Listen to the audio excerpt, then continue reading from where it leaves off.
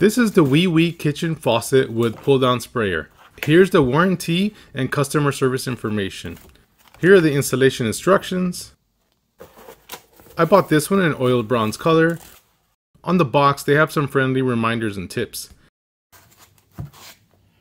This is the weight that you clamp on the hose.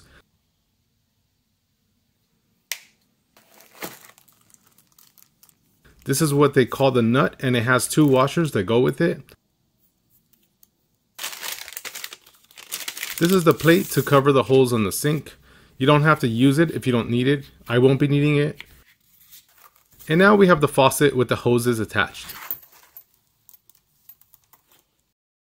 The bottom of the handle has a hole that's covered up with a plug. If you remove the plug, you can see the screw that you can remove in order to access the cartridge inside the handle. The handle is labeled H and C. Turning left gives you hot water, turning right gives you cold water. At the base of the faucet is a rubber seal that helps to keep it from moving when it's tightened down. Here's a look at the finish on these threads. The finish on the faucet is more like a satin finish, it's not a glossy finish. The body of the faucet is metal and the sprayer is plastic. This is the joint where the hose connects to the sprayer. You can separate the hose from the sprayer by turning it and unthreading it. The washer and filter inside can be removed so you can clean any debris that gets trapped in there. This is some information on how the sprayer works. The round button stops the flow of water.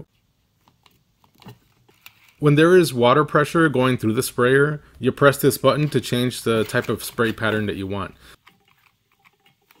Here's a look at the sprayer jets. The hoses are colored and labeled red for the hot side and blue for the cold side. The location of the weight is labeled right here. Here's a close-up of the fittings. You don't need thread tape to install these because they have rubber washers that create a seal. These are 3/8 inch nuts. Here's a look at the threads of the fastening nut. My old faucet had a nut that was seized. I had to use penetrating oil and the Basin wrench to remove it. After you insert the faucet into the countertop hold, from the bottom you will fasten the faucet with the washers and the nut. This is the order of installation. First the rubber washer, then the metal washer, then the nut.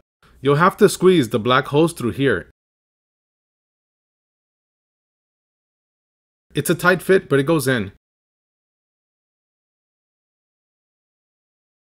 When I tightened this nut, the faucet was moving from the top, and I didn't have any helpers, so I used one of these IRWIN clamps to hold the faucet still. It's recommended to flush out the valves before you install the new hoses. Here's what came out of my valves after opening and closing both valves a few times. Before I connected the hoses to the valves, I used a wire brush to clean the threads. Make sure there are no kinks in the hoses. Typically in a home, the hot water valve is going to be on the left side and the cold water valve is going to be on the right side. Let's test it out. This button stops the sprayer. This button changes the spray pattern.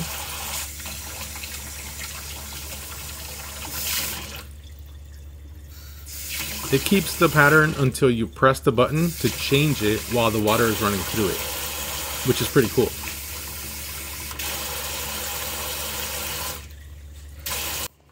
And here's the pull down feature. I bought this faucet because I like the simple design, it had good reviews, they had it in oiled bronze, and the price was budget friendly. So far, I really like this faucet. If you're looking for a new faucet, check this one out.